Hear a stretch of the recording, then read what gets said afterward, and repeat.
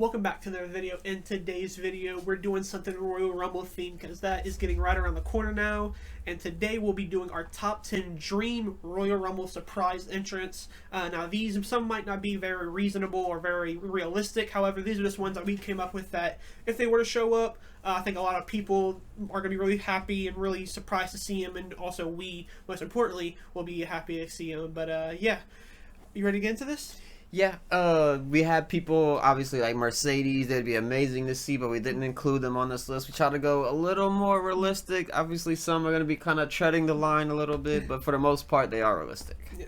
We're going to start off with number 10, and that is Malachi Black, also known as Aleister Black. It is rumored that his contract at AEW is coming up to an end. In the past few weeks, we've seen kind of a story of that the House of Black is kind of getting lost now. Buddy and Brody are kind of by themselves with Julia now, so kind of seems like they're running him off on AEW TV. So that kind of means that he'll probably be WWE bound very soon. But yeah. Yeah, he obviously has a relationship with Zelina Vega, I believe it is. So that's kind of like a little connection he has still with WWE, as well as being a Triple H guy from the NXT era. Yeah, it would be a really cool moment, just something sort of unexpected, sort of expected in a way. Yeah, it'd be a really cool moment to see just a new AEW crossover like we did this last year with Andrade. And next up at number 9, we're going with the former TNA Women's Knockouts champion, and that is Jordynne Grace. Now, did see her last year, so it kind of isn't that much of a surprise. However, I think if she were to come out at this Royal Rumble, it kind of says, hey, this is my new home. I'm going to be here for a lot longer, and you're going to see me a lot more. Whether that means she would have to go to NXT or to the main roster, hopefully on the main roster, would just be really cool to see her again.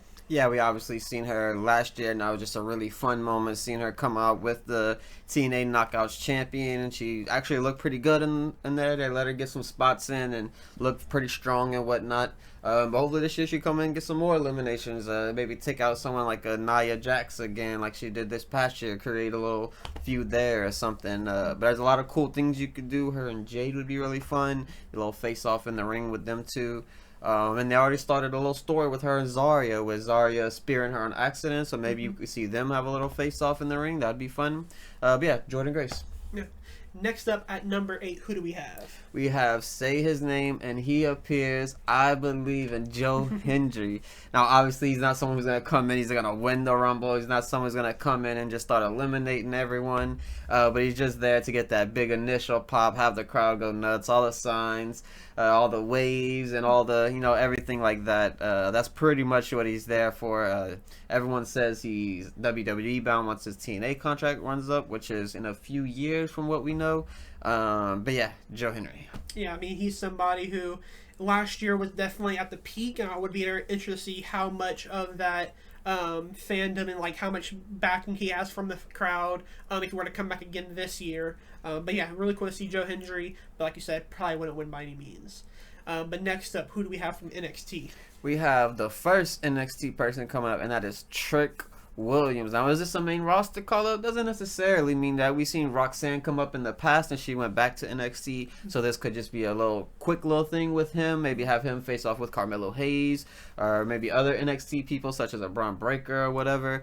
But yeah, a lot of cool things you could do with Trick, and he'd be an amazing just pop, and his entrance just kind of fits it all with his theme music. Yeah, I think you kind of hit it on the head with, I think he doesn't necessarily have to come up after this, and it is something just for him to do, because right now, we haven't seen him since he lost the belt. Obviously, it's only been a week, but yeah, we don't know what is next for him. I'm sure he'll try to go back for that world champion, but this would be something to hold him over for until that call-up or his next big thing is ready. Yeah, for sure. Next up, we have the indie god, Matt Cardona, formerly known as Zack Ryder, but we want him as Cardona here. Yeah, I mean, he just did some stuff with AEW and Ring of Honor. So does that mean that he will come? Who knows? But if he were to show up, definitely be a big pop. I think a lot of people want him in WWE now. And plus, I think it's about time he signs to a major wrestling company. Yeah, and there's another relationship crossover with him and Chelsea Green being together, and he's friends with Cody Rhodes and a lot of other people in the company. He's great friends with all of them. But yeah, I love Matt Cardona. We've recently been doing a lot of action figure things and whatnot, so I've been watching his podcast with that every now and then. But yeah, he's a very cool person. He's great in the ring. He's been so much better, and woo woo woo. Next up, from the YouTube world, probably one of the fan favorites. If there's any YouTuber to ever cross over into WWE, it would be the one and only Simon Miller. Obviously, like I said, he's a fan favorite to many. It would be a little bit upsetting. I think you kind of have to have that Rumble in like a UK setting where he probably has more fans there, even though he does have fans here in America who you always see signs saying give him the ups and the downs and stuff like that. So yeah, it would be really cool to see Simon. Yeah, he's obviously just a wrestling legend on the YouTube scene. Now he's doing a lot of indie things, so I'm sure some of you might have seen him, wrestle live, or maybe you've seen him just live on TV, whatever it might be. But yeah, he's doing a lot of indie dates, obviously, with What Culture and all that kind of stuff. But yeah, Simon Miller would be a cool pop, something unexpected, and yeah, it would just be a very fun moment. Next up, though, who do we have at number 4? One of my favorite just women wrestlers in general right now, and that's Roxanne Perez. Now, this one I would assume would be the call-up because the last time she didn't get called up. So, yeah, this would be a very cool moment. She obviously just lost her title to Julia. So, yeah, probably a cool moment and good time for her to come up through the Royal Rumble. Yeah, I think it would just be, like you said, the perfect time just to do it. She did everything in NXT already, so why not get her to the main roster already? But who do we have at number 3? Now, this is just our, if this pick comes in, it just means a lot storyline-wise moving forward for this year. And that is just The Rock. Just Dwayne Johnson, The Rock. If he comes back, I'm assuming he's winning. I'm assuming the Mania match is back on. I'm assuming he'll be facing either Cody or Roman or some sort of combination of the two. But yeah, I think that'll be just a really cool moment, a big moment, an unexpected moment, since a lot of people kind of wrote him off from Mania this year. But yeah, that'd be really cool. Yeah, I mean, and right now with the participants we have announced already, and that is John Cena, CM Punk, and Roman Reigns now. If you were to cross over any of those guys, that is a big deal because, I mean, all three of those guys, there's like a lot of history with them. Roman Reigns, obviously, but the just bloodline and the family stuff. Cena, because what if we do it the third time in a lifetime? And obviously CM Punk would just be a cool another face-off, especially since years ago that's where Punk had their match with each other, so that would be another cool reference and throwback to it.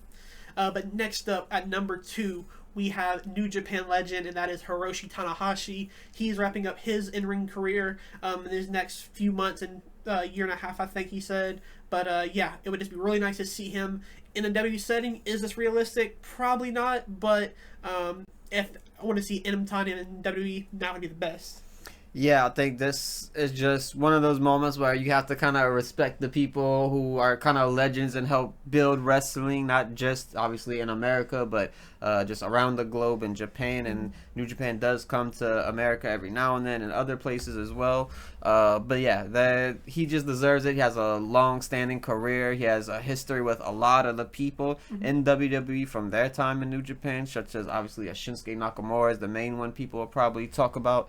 But there's a lot of other people as well, even a AJ Styles, a Finn Balor. There's a lot of people that kind of has a history with Tanahashi in one way or another. So it'd be really cool to see New Japan kind of get a little bit of love on WWE TV, as well as kind of send him off in a more uplifting way through WWE as he kind of ends his career this year. Yeah, and I think Hiroshi Tanahashi is one of those guys where if anybody is he'd be one of those guys that could be shipped to a lot of these places just to do one match there. And I think the relationship that New Japan does have with WWE isn't too negative, so I think there's a possibility there. But yeah, hopefully this does happen. But wrap us up, and who is our number 1? Now, this pick is just a big fan favorite. She's great in ring. She hasn't been around in a very long time, and she's married to CM Punk. That is AJ Lee. Just for all the reasons I just said, she's just amazing in all ways. People just like her as a person. She seems like a really good person. She's looked up to a lot in the wrestling world in general. But yeah, AJ Lee, just one of the best to ever do it, and yeah, it'd be amazing to see her just have like a little back and forth with Becky potentially, or however direction they want to take that. Or one of our former picks, we had Roxanne Perez. It'd be nice to see them two go after. Obviously, Roxanne's a big fan of AJ, but yeah, AJ Lee is one of those trendsetters and one of those, I feel like, unspoken heroes and one of those unspoken legends in the women's division. She doesn't get enough respect, I think. I think nowadays she's kind of getting more. But yeah, to see AJ back would be really cool. There's a few matches that I think a lot of people want to see, like you mentioned. But yeah, that's kind of just our top 10 dream opponents, our dream entrants in this year's Royal Rumble. But yeah. Yeah, there was obviously a lot of people, like I mentioned, like a Mercedes and all the legends, people from other companies, all this kind of stuff. We didn't really include. We're trying to be a little realistic with it. But yeah, we think if these people came into the Royal Rumble, it'd be one of the best Royal Rumbles of all time if they got all these people. But yeah, that's our video, and we'll catch you guys in our next one.